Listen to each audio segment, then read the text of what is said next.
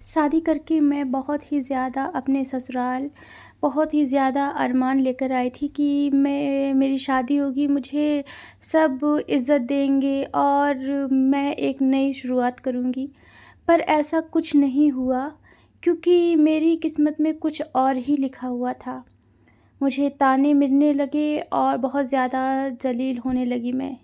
सिर्फ़ एक ही साल में मेरे साथ वो हुआ जो किसी के साथ नहीं हुआ।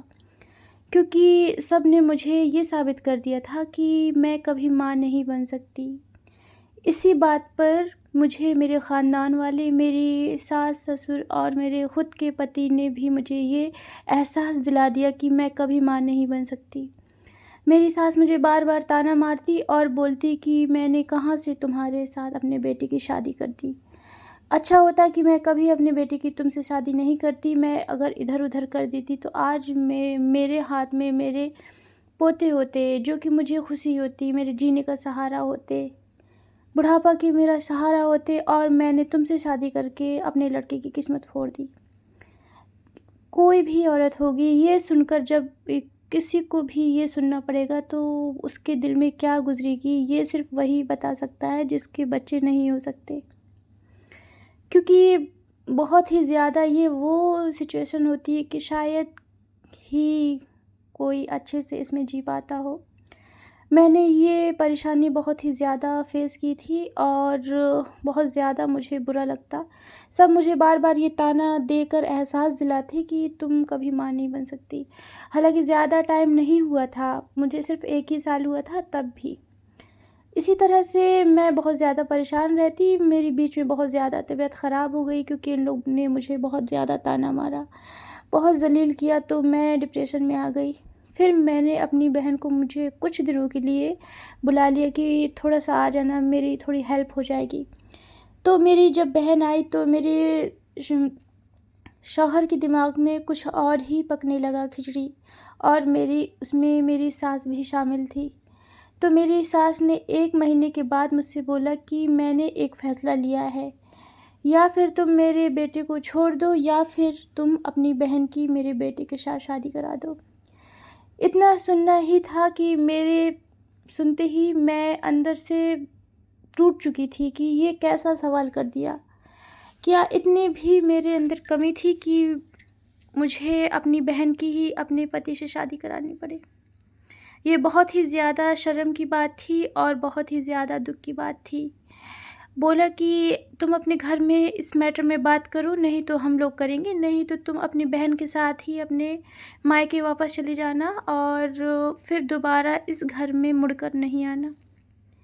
मैं बहुत ज़्यादा परेशान कि मैं क्या करूं। मेरा बसा-बसाया घर उजाड़ने की कोशिश में मेरी सास लग गई। इसमें मेरे शौहर भी उनका साथ दे रहे थे। कुछ नहीं, मैंने सब्र किया और मैं लेके आ गई अपनी ही बहन को अपनी सौतन बनाकर, जो कि मेरे लिए बहुत ही ज़्यादा दुःख की बात थी। अब यहाँ से अब मेरे साथ कुछ बचा ही रह गया था बुरा होना, तो अब मुझे नई शुरुआत हो गई मेरी बुरा होने की। क्योंकि अब मुझे वो ज़लील होना था जो कि मैंने कभी सपने में भी नहीं सोचा था। मेरी खुद की बहन ने भी मुझे ताने मारना स्टार्ट कर दिया कि अरे तुम्हारा तो कुछ नहीं हो सकता। तुम अगर इस अच्छी होती तो आज मैं तुम्हारी जगह में नहीं रहती। तुम सिर्फ़ मेरी नौकर बनने लायक हो। मुझे इतना सुन लिया मैंने अपनी ज़िंदगी में कि अब मुझे रोने के सिवा कुछ नज़र नहीं आ रहा था। घर में क्या बोलती कि ऐसा-ऐसा चल रहा है। घर वाले मेरा कोई यकीन नहीं करते, क्योंकि बोलते कि ये तुम्हारी सौतन बन गई है, इसीलिए तुमको अब ये बुरी लग रही है। पहले तो तुम बहुत अपनी बहन-बहन करती थी। इसी तरह से बच्चा ना होना मेरी सबसे बड़ी बीमारी हो गई और मुझे डिप्रेशन पर और ज़्यादा ले गई। कोई बात नहीं, इसी तरह से मेरे 2 साल कंप्लीट हुए और जब शादी के 3 साल हुए तो मुझे एक प्यारा-सा बेटा अल्लाह ने नवाज़ा। अब मैं इसका शुक्र करूं या फिर मैं ये बोलूं कि अगर पहले ही हो जाता तो मुझे ये दिन नहीं देखना पड़ता। क्योंकि अगर पहले ही मुझे बच्चा हो जाता तो मुझे अपनी ही बहन को अपने घर पर अपनी सौतन के रूप में नहीं देखना था, देख पाती। मुश्किल था वक़्त और गुज़र गया। अब मेरा बच्चा होना ना होना मेरे लिए कोई भी अच्छी बात नहीं थी, क्योंकि उनको तो पहले ही बच्चा मिल गया था। मुझे तो बस अब 3 साल बाद मिला। उनको तो मेरी बहन की शादी के बाद ही बच्चा मिल गया था।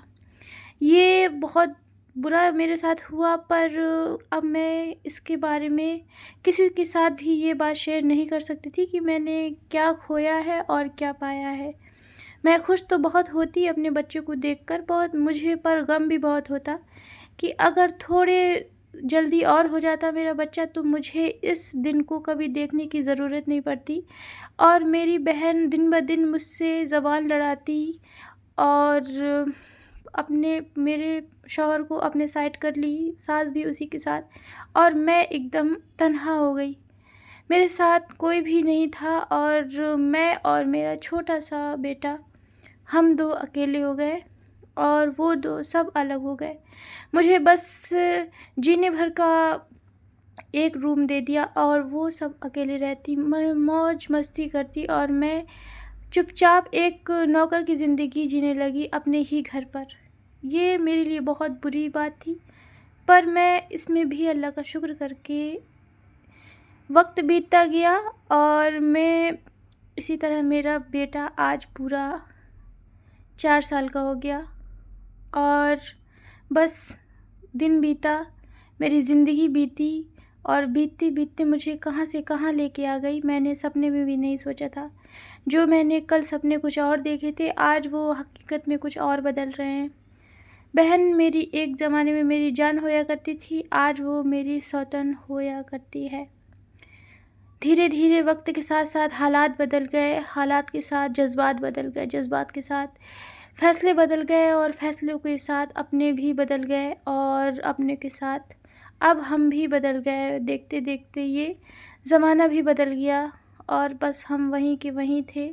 आज भी हमें कोई उम्मीद नहीं नज़र आई और कल भी मुझे कोई भी उम्मीद नज़र नहीं आई थी।